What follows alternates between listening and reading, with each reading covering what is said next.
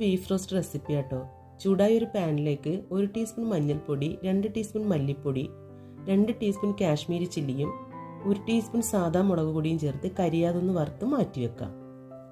വൃത്തിയാക്കിയ ബീഫിലേക്ക് വറുത്ത് വെച്ചിരിക്കുന്ന പൊടിയും 2 സവാള അരിഞ്ഞതും 1 ടേബിൾ സ്പൂൺ ഇഞ്ചി വെളുത്തുള്ളി ചതച്ചതും തക്കാളി കട്ട് ചെയ്തതും പച്ചമുളക് അരിഞ്ഞതും, ഇനി ഇതിലേക്ക് 1/2 ടീസ്പൂൺ ഗരം മസാലയും 1 ടീസ്പൂൺ കുരുമുളക് പൊടിയും 1 നുള്ളു ഉലുവയും പാകത്തിനുള്ള ഉപ്പും കുറച്ച് വെളിച്ചെണ്ണയും 1 സ്പൂൺ വിനെഗറും ചേർത്ത് നല്ലപോലെ ഒന്ന് മിക്സ് ആക്കാം. ഇനി ഇതിലേക്ക് കുറച്ച് കറിവേപ്പിലയും ചേർത്ത് മൂടി വെച്ച് ഒരു 5 വിസിലടുപ്പിച്ചെടുക്കാം.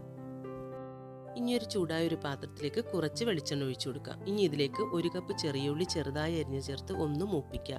അടുത്തതായി ഇതിലേക്ക് 2 സ്പൂൺ ബീഫ് മസാലയും 1/2 ടീസ്പൂൺ കുരുമുളക് പൊടിയും ചേർത്ത് പച്ചമണം മാറുന്നതിന് ഇളക്കി കൊടുക്കുക.